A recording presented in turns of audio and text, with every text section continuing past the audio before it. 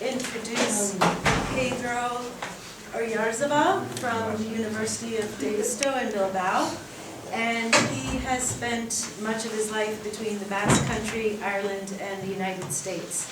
And currently he is a researcher on migration and diaspora studies at the Human Rights Institute at the University of Deusto, and the Jon Bilbao Research Fellow on the Basque Diaspora at the University of Nevada in Reno in the US. So he's very interdisciplinary. He has a PhD in political science, specifically in Basque studies from the University of Nevada, an MPhil in economics and social sciences from Queen's University in Belfast, and a BA in history from the University of Bilbao, so interdisciplinary and very international.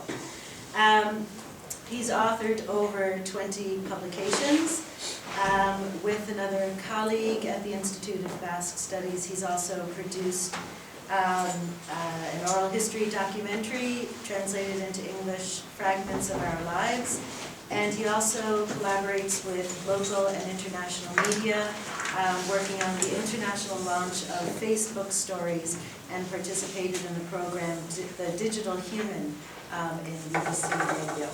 So without further ado, let me hand it over to Pedro. Well, thank you very much, Alice, for the nice introduction, and also thank you very much for coming along to this presentation. Well, this is not my presentation yet, but this is the Facebook UCD School of Sociology Facebook page. Thank you for liking the event. It was only me who liked it. So I guess that we are in good technological hands. And those are two nice photographs that we have, because it seems like in one of the posters announcing this talk, talks about the Basques in Nevada. And these two photographs talks a little bit about this kind of migration history in the US. And this is in Elko, Nevada. It was an old town in the middle of nowhere. The first one is the Star Hotel that was established in 1910 by Basques. That's a boarding house. And that was, by any coincidence, Alice chose this photograph of Basques in Nevada, which was taken by myself. She didn't know that. So there is some kind of copyrights there. That's only a couple of years ago. And this is the American Basque organization, which is a federation of different Basque migrant clubs around the US, and now also moving into Canada, which the Canadians are all crazy about becoming US too. So this only takes a little bit about the first original conference that was about digital diasporas, the Basque in Nevada. So, and now we're moving into the real one.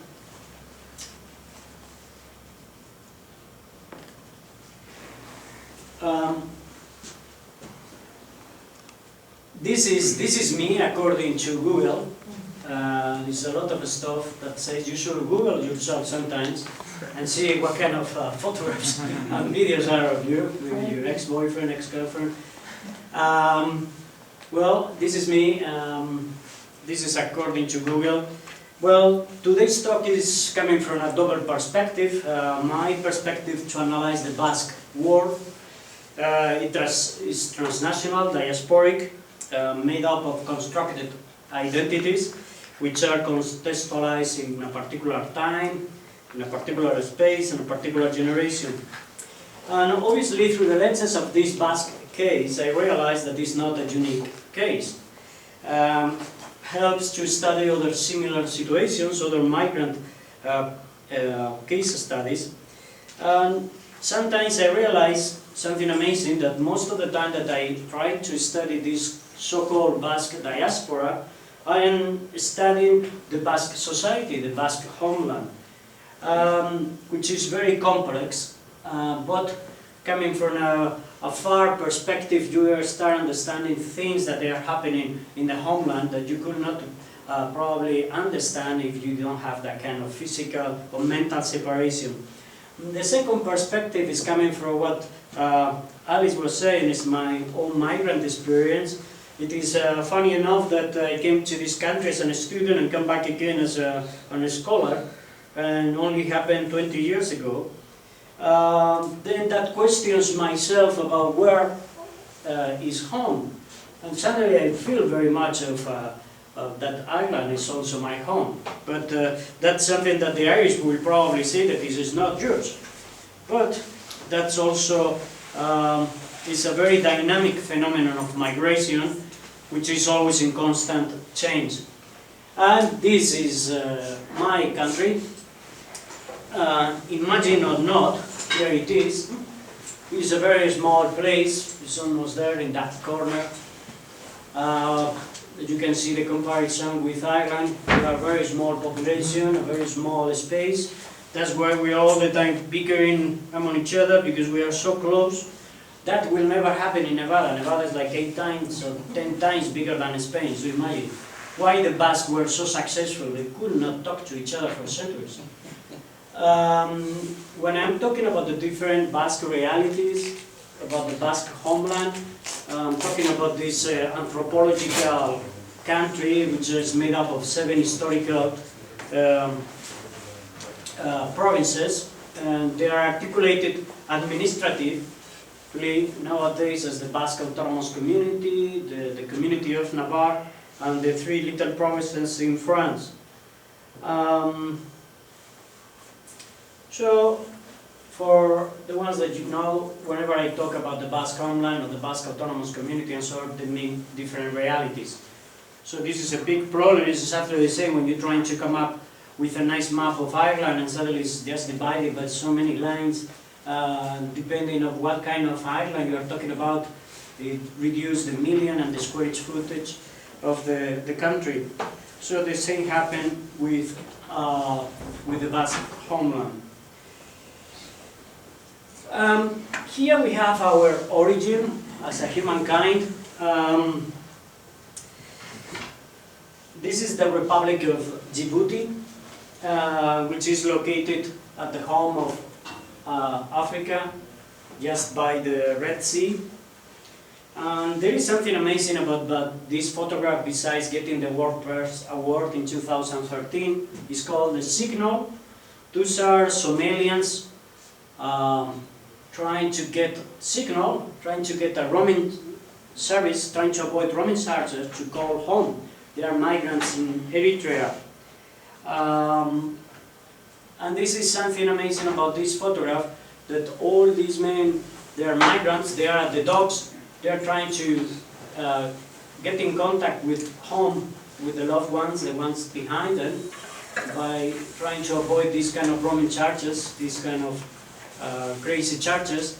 And at the same point, this is the Bab el-Mandeb Strait, which is one of the earliest, at least the earliest identified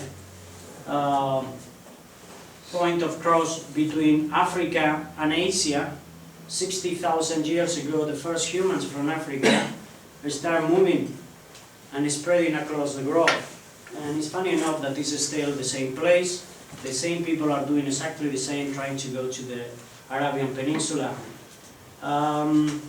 You know what's the name of that strait? It's called the Gate of Grief. So one of the first things that we know now is that migration is an historical phenomenon. It's part of our DNA. As early as 60,000 years ago, with humankind, it started spreading all over the planet. Migration was there. This photograph visualizes perfectly what it is all about my talk: globalization, technology, and mobility. And obviously, the big difference between a pre- and a post-information society migrant. It is not the same when the Basques or the Irish moved into America, to Australia, in the 18th century, 19th century, and so on, that the ones that they are moving nowadays. So, my presentation is framed, as I say, within the context of 2 very powerful manifestations of globality. Globality as the condition of globalization, which refer to mobility, the movement of people. In this case, my interest is particularly based on this conceptualization of migrants. And communication. And communication as the exchange of ideas, information, knowledge, etc. Today, what I'm talking is about the connection of both mobility and communications, which define a new social space. This social space, which goes across the planet, refers to social links, instantaneous communication between people located at different points all over the planet. Internet is the supraterritorial communication per excellence. This is the place where I do the fieldwork, and involves a new kind of social geography, a place with no place, which we call cyberspace. This is one of most important because of this kind of crazy academic impact. You young fellows, maybe you don't know what is going on now in academics about publishing in high-ranking impact journals and all that craziness. Well, this is one of those. We're very proud. We never intended to sell like crazy, but this is one of the most cited publications that we had, and particularly within diasporas and technology. So please keep going and cite it. My boss will be very happy.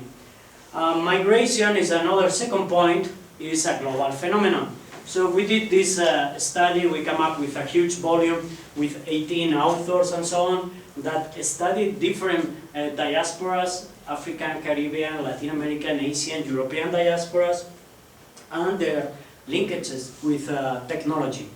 And we produced this nice book. And then this is what is it. What we find out that my little Basque case from 3 million people within a small area is a very global phenomenon that happens all over the place. Migrants all over the place are using technology for very similar purposes. They are creating something new. And that new social space, this new internet, this cyberspace, is producing something that we never had before. This digital space is the new home for many migrants, for many diasporans, particularly for their associations. Most of my work is based on their associations that they are creating.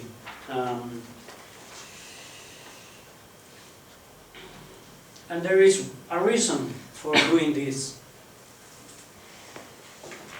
As you can see here on the publicity for this talk, we talk about the diaspora of not being there, of not being in the homeland. This is what makes difference between a diaspora, the ones who left and the ones who remain. Most of the people that live abroad, they are focused always on one thing: we are not there. We will love to be, but we cannot. This is because of the physical, the temporal, psychological separation. And that's something new that we are studying, not much from a point of view of psychoanalysis or from a psychological point of view of what impact has this kind of separateness happen in different stages of your life, from childhood to adulthood and so on. Not that kind of inner perspective of the psychology of that person going through very traumatic experiences of migration or even exile. I'm trying to, as I will see later on, I'm doing some kind of new work on defining diaspora as an emotional state, as an emotional community, creating some kind of affective social capital. And this kind of affective social capital, this kind of software, is what most migrants are made of when they are interacting among themselves. They are interacting among the different networks that build their own diaspora community, and particularly when they trace back their origins to their homeland. This kind of affective social capital, but constructed online. The various definitions of diasporas, the one thing that they have in common is that kind of not being there. That's a main thing. Then there are something that is amazing, is the desire of being social. All of us are here because we are social social animals. We are a human species that we are social, and that's something that we like to be. We like to be always in contact. That's why it's so successful Facebook. But it was also very successful to have social clubs, a drinking club, a climbing club, or whatever club we have, at least we do things together. And this is also a very intrinsic of our human nature. We gather together and we do social things. And this kind of desire of being social, it is at the core of the development of a huge variety of tools and resources that help us to stay in contact with each other. Obviously, this affects this kind of tools, this kind of information and communication technologies, this kind of ICTs play a role in narrowing these physical, temporal, and psychological gaps between the diaspora and the homeland. Sometimes it's called an antidote against the tyranny of distance. We'll see if that's the case or not. Obviously, what is clearly from our studies, from other comparative studies, from studies that other people have been doing, is that the internet provides diasporas the ability to connect, to network, to maintain, create social networks, obviously to represent themselves and to preserve their culture. That's something that also been keen in trying to work out for the last year or so about the digital preservation of our own culture, our digital heritage, what is happening. And when we see our lives, not only for migrants, for everybody is trying to come up with this kind of digital footprint online.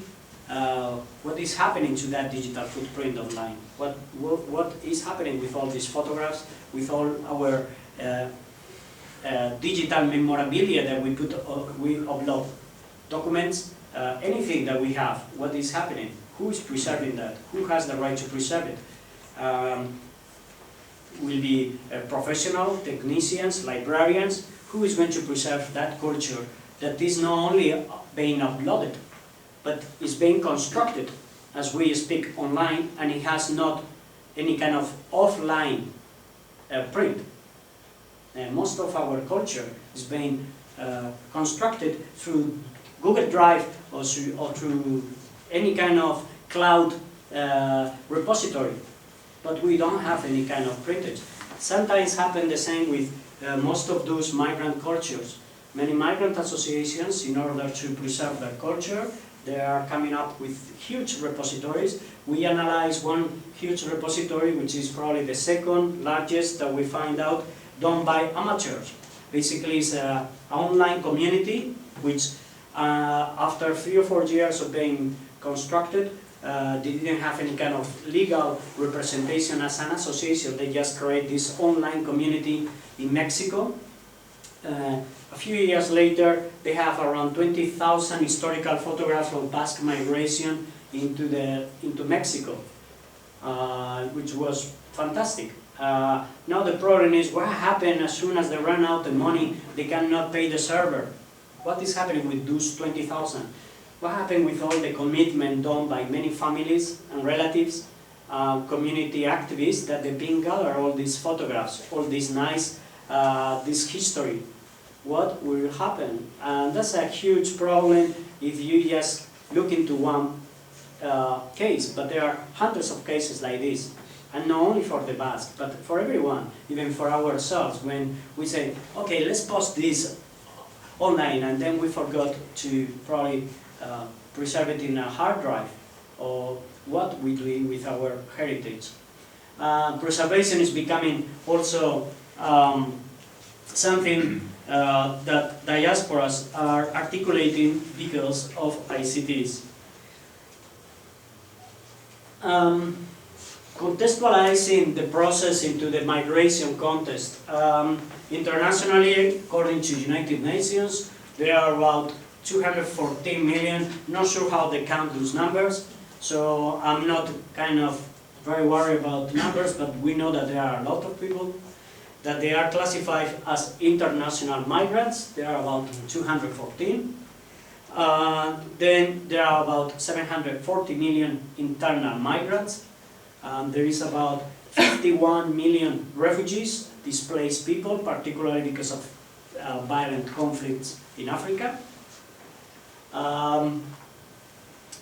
In our context, in our European context, we, as you know, we moved from being an immigrant continent to an immigrant continent since the 1960s.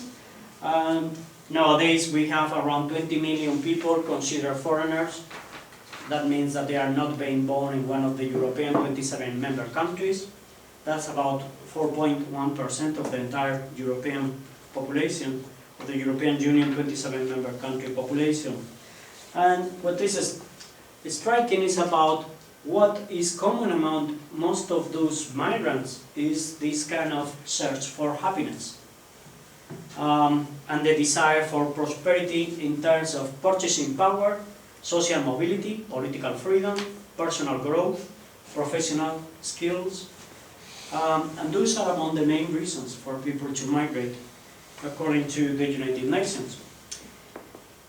Obviously, as we know, the 2000 or even earlier financial crisis that we are all suffering, most of the research that is done is quite poor because it's very basically trying to do it as we're moving into it.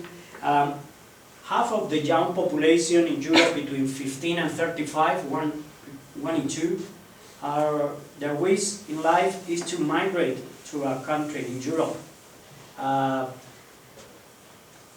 And this is kind of amazing because when I trying to combine this to young students, and you say one of you, it's going to your future is not going to be in this country, because this country cannot provide. It's the first time that this country, even if provides you the best abilities, educational abilities, professional abilities, is not going to help you to find a job because there are no jobs here.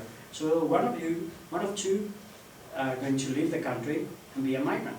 They feel like, my God, I never thought about myself about being a migrant, because the image that we have about migrants are poor, uneducated, low-skilled people. The ones that are trying to climb the Melilla walls in Africa, or the ones that are trying to cross the sea through Italy, in Lampedusa, and so on. Those are the migrants, or poor people fleeing the violent conflicts in the Middle East. These are the people that we have in our head. Well, the picture is different. The picture is that most of the people that they are trying to, among European, are qualified migrants, and most of them want to just go for a few years, which is that's the old story of all migrants.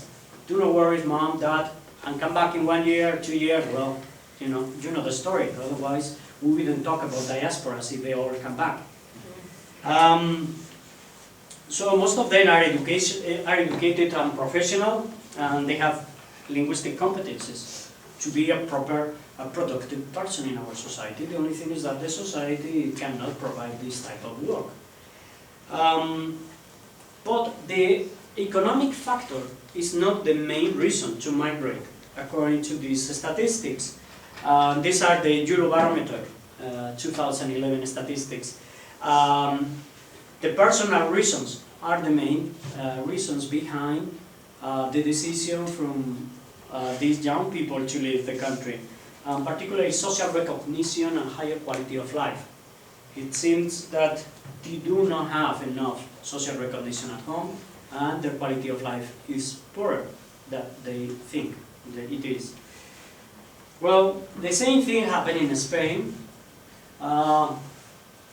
Last year we have over 4% of people of Spaniards living abroad, which is 4% of the population. But at the same time we have around 5 million foreigners in Spain. That's nearly 11% of the population, but that's nothing. Exactly the same picture that I described about Europe being coming from an immigrant to an immigrant country, that happened exactly the same with Spain. I mean, Spain was not the richest country ever. But we have, in the early 1990s, we have 350,000 foreigners in Spain. 350 foreigners. And I think those count also the Germans and the British in Canary Islands and the Balearic Islands. You know, so that is kind of very low percentage of foreigners in Spain. And then between 2000 and 2006, we came up from 1 million to over 4 million in 6 years. And that was 9% of the population back then in 2006. Spain became, after the US, the most receiving immigrant countries in the Organization for Economic Cooperation and Development country areas. So that was huge after the US. So very quickly, things changed in Spain. Because of the crisis, many people have moved back, many foreigners. But at the same time, a new migration phase, exactly the same that happened in many, I will say underdeveloped, but we are developed countries.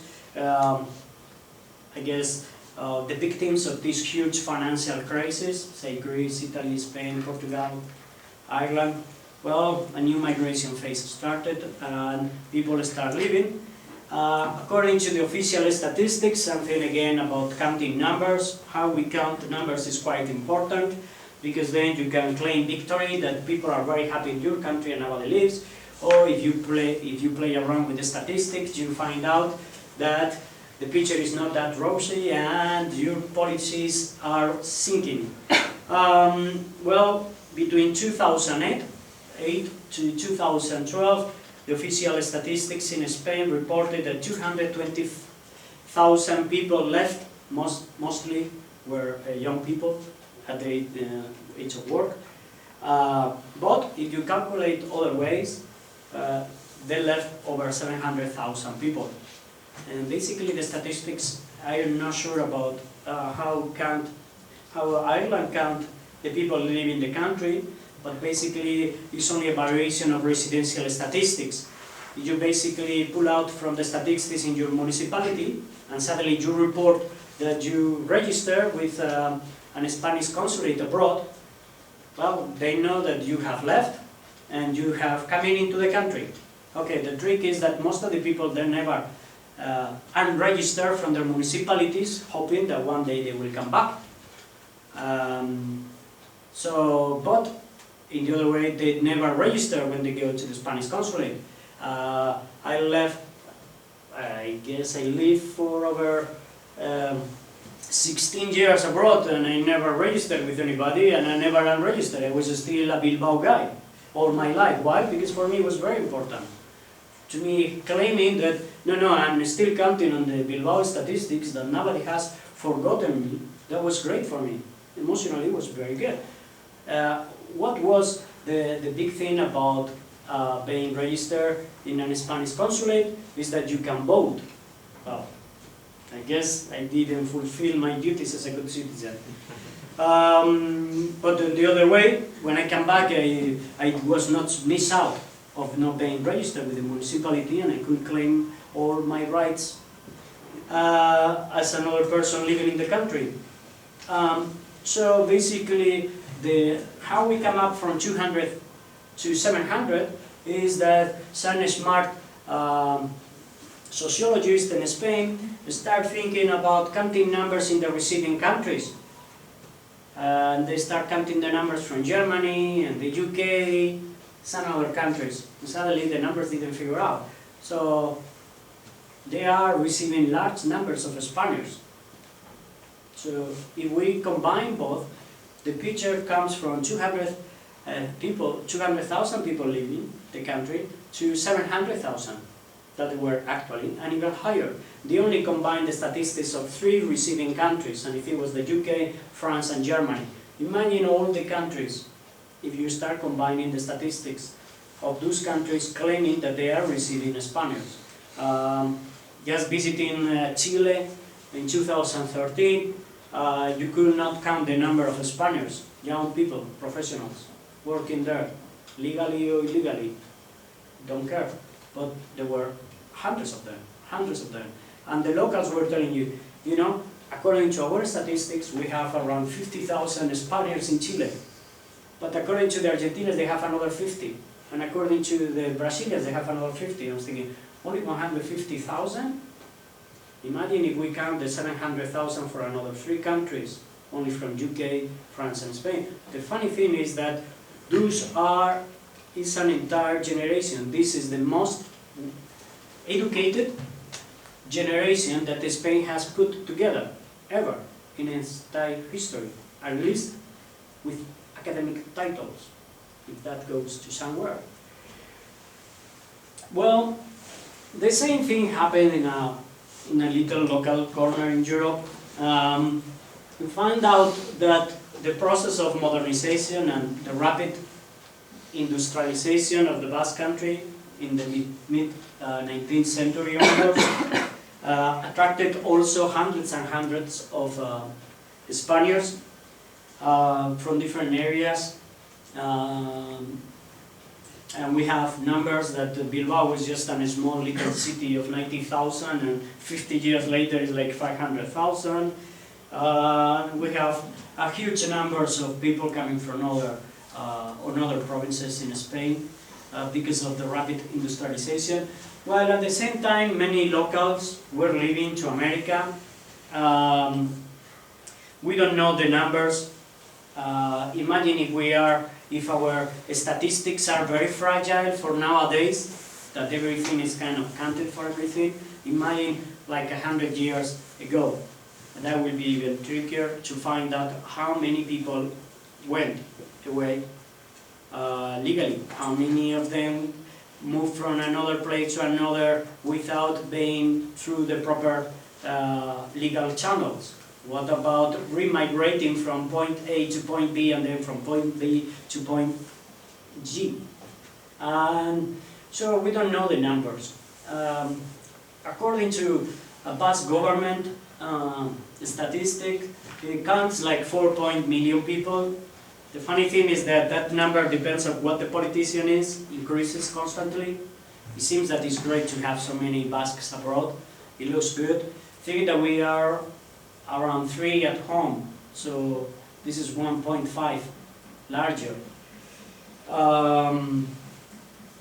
But anyway, both mechanisms of people coming into the Basque Country and people leaving the Basque Country, they all have kind of the same dynamics of migration. They are both coins, so they are the both sides of the same coin. Both of them create their own formal institutions, those kind of cultural, sociolinguistic preservation institutions. For instance, the second oldest Galician migrant association in the world is close by Bilbao. The first one was created in Montevideo. Exactly the same happened with the Basques. The earliest identifying modern association created abroad was in Cuba, and then in the Philippines, and Uruguay, and Argentina. And then there is another thing that is happening in the Basque Country, that we start also, like in the rest of Spain, we start receiving foreigners. Those are the names of, those are the numbers for the Basque Autonomous Community, which is very, very small compared to the rest of Spain. You have seen it, it's 10% to even 11%. In some areas goes up to 25% of the population. That's for the Basque Autonomous Community, 6.5%, it's not very large. So within the Basque Autonomous Community and Navarre, we have foreigners of 110 nationalities, with more than 60 mother tongues and more than 214 different religious creeds, which then makes me think about what is the Basque Country if it is not a diaspora of diasporas. And then if we take into account that the Basques abroad, if we take these terms of being dispersed, being away, of not being there in the homeland, in the country of origin, if we move beyond defining Basques abroad as migrants, and then we include religious missionaries, business people, transnational workers, students, NGO personnel, even tourists. Then, to what extent can we define the Basque diaspora as an immigrant diaspora? What is an immigrant anyway? Just to have a little visualization, this is a map, an institutional Basque diaspora map of diaspora associations registered with the Basque government. They count around 187 in 25 countries. My own count goes over 200 in 27 countries. Obviously, the largest percentage it is in Argentina, which goes again to see what counts for Basques, what is the operational definition that we academics can we use to describe Basque, how we define it, because that will change the statistics very rapidly. Argentina is between 10 to 15% of the population has Basque origins, around 5% in Uruguay. Chile was nearly created by Basques, and so on and so forth. We have about nearly 1 million of Basques in Venezuela, 500,000 according to different statistics, so it is very tricky. I think that in the US, official statistics of self-identified ethnicity